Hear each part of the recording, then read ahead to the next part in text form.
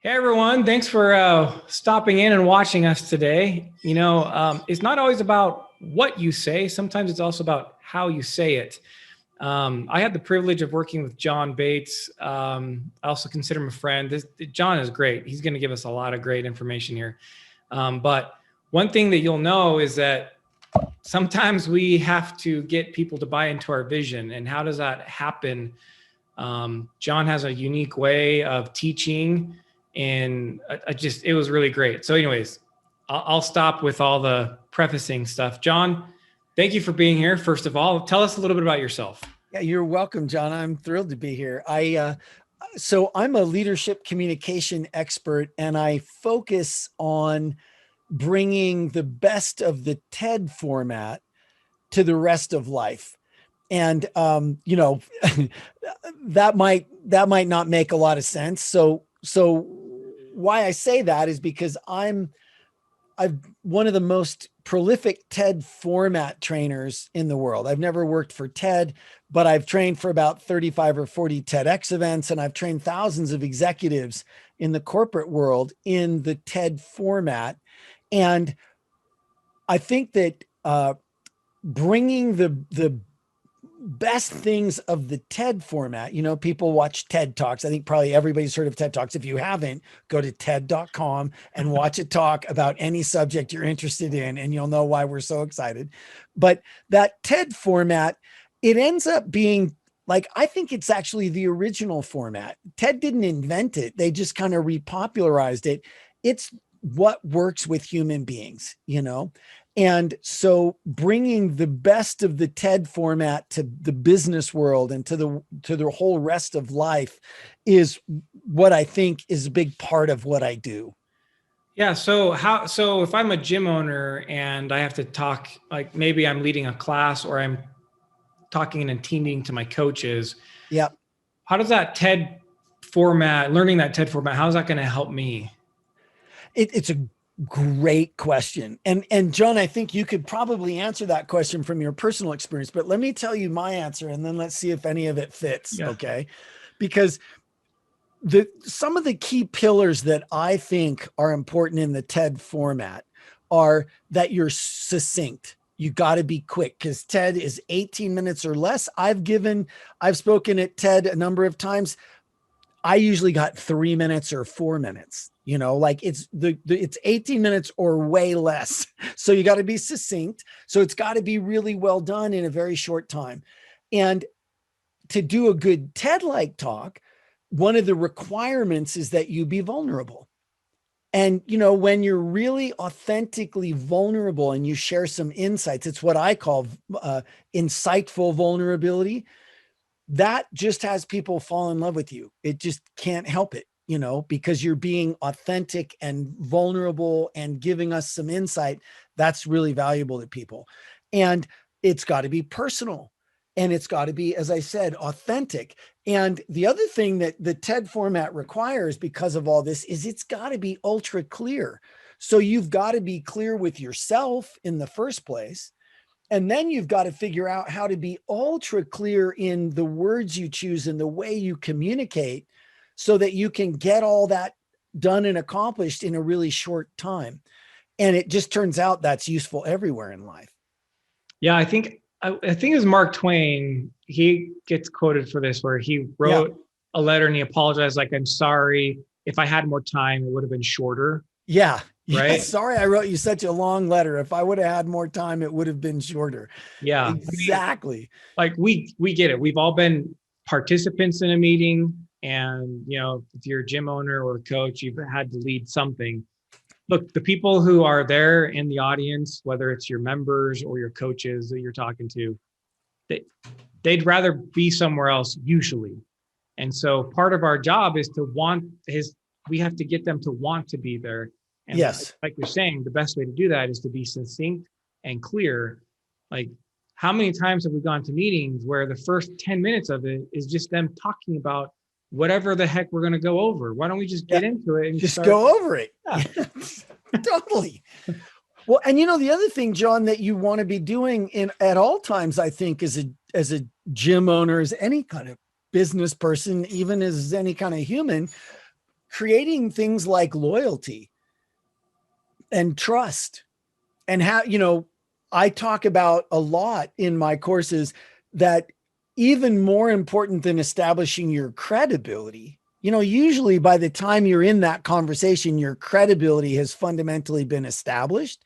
So what's even more important is establishing your emotional credibility, because that's where things like loyalty and love and trust and connection and all those great things we want to generate as leaders, that's where they come from. Not, you know, the fact that you studied this or got an A on that or have this accreditation, that's all your credibility. Okay, great. But that doesn't cause loyalty. You know, it's the emotional credibility and the vulnerability and sharing your insights and telling what I call your leadership stories of why this principle matters to you. You know, where did that come from? Who did you learn that from? What was the experience? Because, you know, I love the saying, never tell a story without a point. That's very good. And never make a point without a story. If you really want your points to land with your team or, you know, your investors or whoever, you've got to back those points up with a well-told story that illustrates the point, you know? Yeah, it's funny when you're saying like the emotional credibility, that really rings true for me. When I bought into GSL, the gym, like I had to establish my credibility first. And basically none of the coaches at the time were even interested in looking into my past to see who is this guy. They don't, right. They didn't care that I'd worked with hundreds of gym owners before and that I know what was successful. That wasn't important. So now I'm going to try to establish that. I'm also trying to establish emotional credibility, which I did not do a good job doing, because look, when you ask your coaches for change, which if we're trying to improve and we're trying to move from maybe where we're at now to maybe more profitability, change is going to be involved. Like we needed to introduce new service streams. We needed to change the way we formatted our classes. Yeah. And that initial group, I failed to establish emotional credibility. So they literally did not change. They didn't buy into the vision because they had no connection to it. You know, and John, we go into it deeply in my course, and I know that you were there and you've heard this before, but the short version of what happened there is that your logical brain is wrapped around the outside of your emotional ancient brain. And the logic lives in the new brain, the neocortex, the part that's wrapped around the outside. So even though your plan may have made perfect logical sense to them, even though they could see this is what we need to do and blah, blah, blah, when the logical brain wants to implement something and actually take an action on it, which is what you ultimately need your people to do, it's got to go through the emotional brain. And if the emotional brain doesn't have a connection with you, if you haven't established what I call your emotional credibility, as we talked about, then your logical brain can be all in, but it cannot actually get to take any action because it can't get to the spinal column to send the signal to sign the check or say yes or take an action, because it's getting blocked by the emotional brain that hasn't bought in yet. Yeah, so true, right? I think people credit Abraham Lincoln, but now they're saying maybe he wasn't the one who said this, but people don't know. People don't care how much you know until they know how much you care. How much you care. And that's the same principle, right? Absolutely. Until we're emotionally tied to it, it doesn't matter what the logic is. The emotion is what spurs us to motivate, to move. Right. And, you know, that's one of the things that I work on a lot in the course is it's easy to say, it's not easy. Actually, it's pretty brilliant. It was hard to figure it out in the first place, but it's easy to hear something, let's say it that way, like people don't care how much you know until they know how much you care. Okay, that's great. It's brilliant. It makes sense. But like, okay, what do I do with that? Right. You know, okay, that's what we're going to do. You know what I mean? That's what I spend my life supporting people in figuring out how to do. authentically and genuinely for themselves, because it's not like there are principles that you can follow. There's not a checklist, right? I can't give this person the same checklist as that person and say, okay, just go do these things and it'll work. No, because they're different people, and what's authentic for one will not be authentic for another. But I can give people principles and examples and stories and guidance. And all of a sudden, life alters, like things change, right? Yes. I mean, I had the privilege to go through your intensive. In fact, we did it a couple times. You had like the course, and there was an advanced course. Yeah. I even brought you in to talk to my team. Yes. I mean, yeah, what you're talking about is great, because so many times we hear these theoretical statements that ring true. People don't care how much you know until they know how much you care. Yeah. Great, right? We agree that that's truthful, but who's talking about the actual steps? People like me need to know, like, well, how do I actually do that? I don't innately have the ability to just somehow I care. So I was just thinking about it too, because one of the things that you talk about is the origin story, like your hero story. Tell us a little bit about that, because I know that was really powerful for my team when they heard it the first time. Well, so let me share my origin story really quickly, and then I'll break it apart a little bit. I was always the guy with the soft skills, and I always worked with a bunch of people who had the hard skills. I was in the technology industry. I was a .com guy since 1994. I was always an early stage employee. I was either a founder or a co-founder, or a very early stage employee. And I worked with a lot of people who had the hard skills, and they called what I did fluffy, because I'm the soft skills guy. And now look, I was always the chief evangelist for my companies. And I was always on, my teams and I raised several $100 million in Silicon Valley and beyond, but they still called what I did fluffy. So I kind of had this chip on my shoulder, and I would go around trying to prove I was valuable while I secretly felt like I wasn't valuable, and it was just awkward. And then by the way, I never had a successful exit. So I can raise it, but after that, we'll talk about it. But anyway, I finally, in 2009, I went to the TED conference for the first time, and I just saw person after person get up and give the most unbelievable speeches I'd ever heard in my life. And I remember thinking, wow, I've basically been a public speaker my whole life, but I have never done that.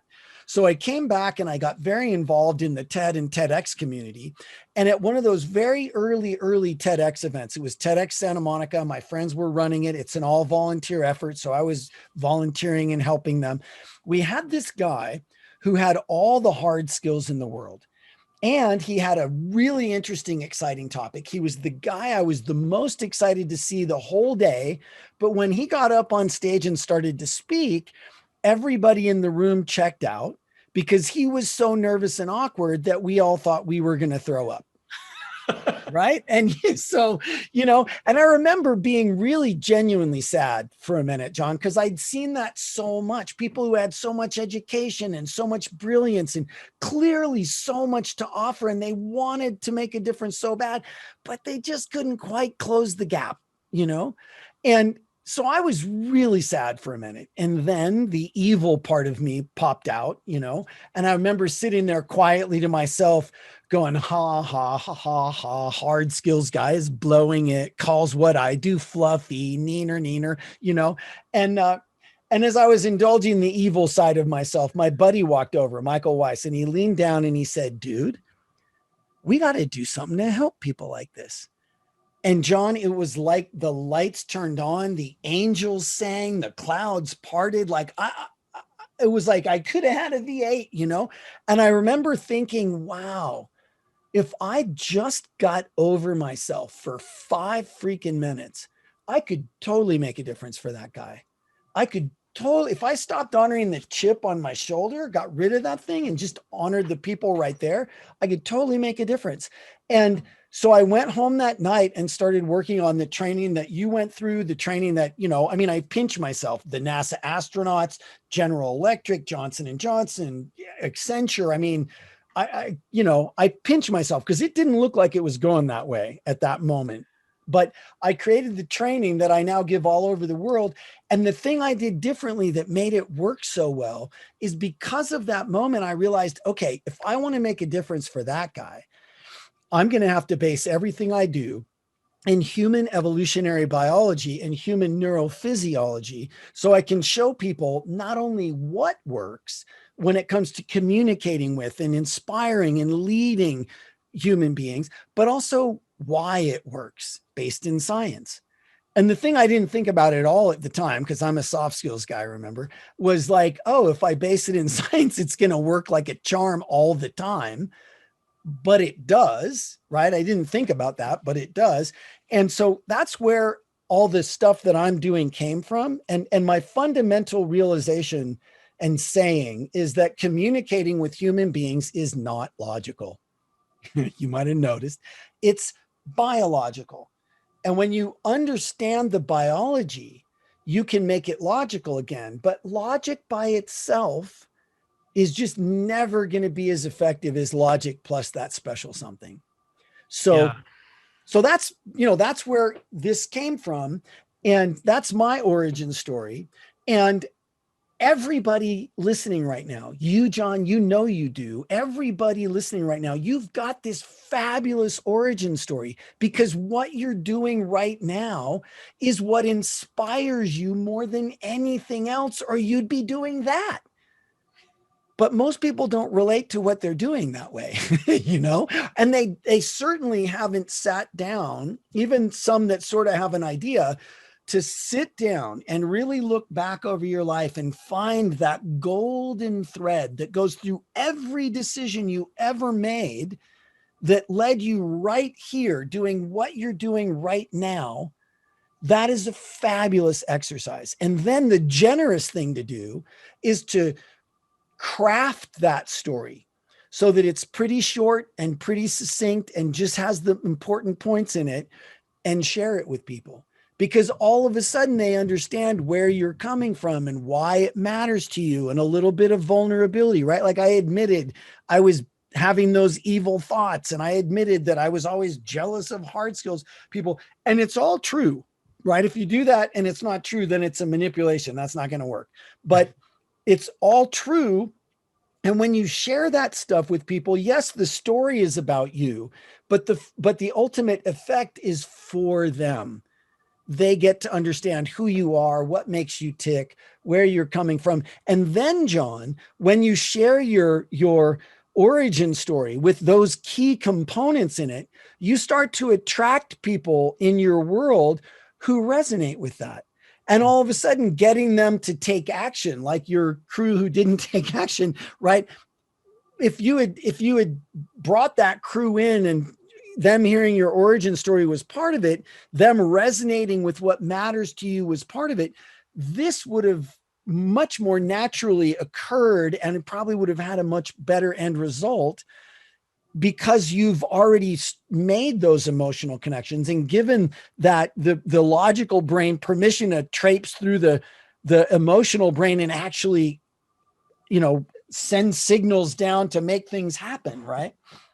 Yeah. I mean, I'm thinking about this too from the standpoint of, man, especially if you're an established gym owner, imagine having that origin story of why you became a gym owner and you have it succinctly. Imagine how much more effective your sales meetings are going to go with prospects. Yes. They're going to buy into what you accomplished and what you saw and why you're doing what you're doing. And they're going to want to be part of that. Yes. Your personal training sessions with people to get them to do what you're asking them to do. They're going to do it. Your goal setting meetings with your existing members to get them to set goals and to continue to improve their health. Like, absolutely, I can see a lot of benefit just by that one thing. And I know that you talk about a whole bunch of things in your course. So yeah, why don't you go ahead and tell us about what you have going on so that people who want to participate, who resonate with this, can do that?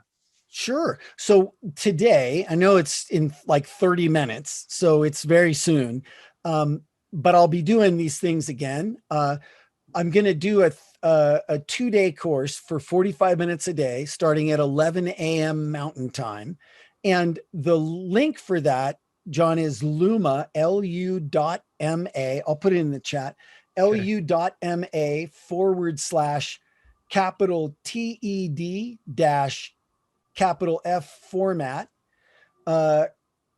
And then dash July 21. So capital J, July 21, which is the year. So Luma / TED format, July 21. And I'm going to just talk about, because I know a lot of people want to give TED Talks, and I think that's fabulous. You should give a TED Talk, and don't wait for TED. So I talk about the difference between TED and TEDx, and then just doing a TED Talk wherever, right? Do a really fabulous TED format talk. And who cares if you're on a TED stage, just get on a stage somewhere and do it, because it's going to be so powerful. You don't need TED. TED's awesome, but you don't need them, right? So, and then tomorrow at the same time, I'm going to break down the TED commandments, and they're freaking brilliant, and they'll make an enormous difference for you no matter where you're speaking, even if it's just the all hands meeting, or if it's 3,000, 10,000, 20,000 people. These are great things to know, the TED commandments. And then, on July 13th, I'm going to be doing a virtual version, so it's a lot more affordable, of the course that you did with me, John. We're going to go through my Speak Like a Leader bootcamp, and I'm going to take people on a 10-week journey of creating their TED-like talk that they can give anywhere. And even if they don't give it anywhere, all the pieces that we create to put that TED-like talk together will come in hugely useful in conversations or training sessions or all hands meetings or whatever. And the link for that is bit.ly, bit.ly / all small letters, SLL experience. Speak Like a Leader, We put both of those SLL links experience. in the chat, in the comments. Okay, so awesome. people can see those. It's funny, as I think about this, I came across this concept almost a decade ago. But it's the same idea where, like, jazz musicians don't usually have memorized songs. They have riffs. Yeah. Comedians do the same thing. When you see a comedian present, they have riffs, and they memorize those riffs, or it becomes natural to them, where once they start going, they don't have to, like, oh, I'm giving a memorized speech. Yeah. That's not what we're talking about. No. What you're talking about is with the TED Talk, you basically are going to be able to pull out these different pieces, which then will make it beneficial in your conversations with prospects, with members, trying to get your coaches to motivate, those types of things. Yes. And I don't I do not encourage people to word for word memorize their talk for this very reason. I give them a much better way to do it. And then when you have your talk done that way, it's like Lego blocks, right? Mm-hmm. Or like reusable code or whatever. There's these little nuggets, and they're not like memorized word for word. They're just conversational snippets that you've gotten really good at saying in your own natural way, and that you can expand or contract on and things like that. And they come in hugely beneficial and useful in all of those things: conversations, sales, leadership, management, everywhere. Yeah. Look, I'll just say this, guys. The reason I had John on here, I normally don't have people on here to promote events, but I sincerely believe in what he's doing. I've personally been through it. Again, I had him come talk to our team. You can never underestimate the power of improving the way you communicate in general. And the stuff you're talking about, Speak Like a Leader, is all about improving that communication so that your communication is heard, and you're at least giving that person the best chance to take action. Obviously, we can't control that, but you just improve the odds that action is going to happen after you speak. And to me, especially as a gym owner and as a business owner leading a team, nothing's more fulfilling than seeing somebody do what you knew they should do because it's going to improve their life. Yeah. So certainly I encourage you guys to look at this. Obviously the 2-day format might be a little late notice, but look into his virtual Speak Like a Leader bootcamp stuff. Really great stuff. Thank you, John. And I really do appreciate you having me on and letting me share that. And I hope that the people that are listening, I hope that you got something valuable out of this, whether I ever see you again or not. Take it on, because it will make a really big difference for you. And I really appreciate your time and your friendship, John. Yeah, you're welcome. And I'll just say this, everyone, like if there's one thing you can take away, like knowing that you have to connect to their emotions first. If you're not going to do anything after this, at least try to approach the next time you are trying to get a prospect to sign up or your coaches to make a change that you need. Think about that first. That alone is a gigantic golden nugget. I also think obviously the better we communicate, the more profitability we'll have, because members will want to come to us. They're going to want to refer people to us. So as always, everyone, remember, profitability is a choice. Have the courage and wisdom to choose it.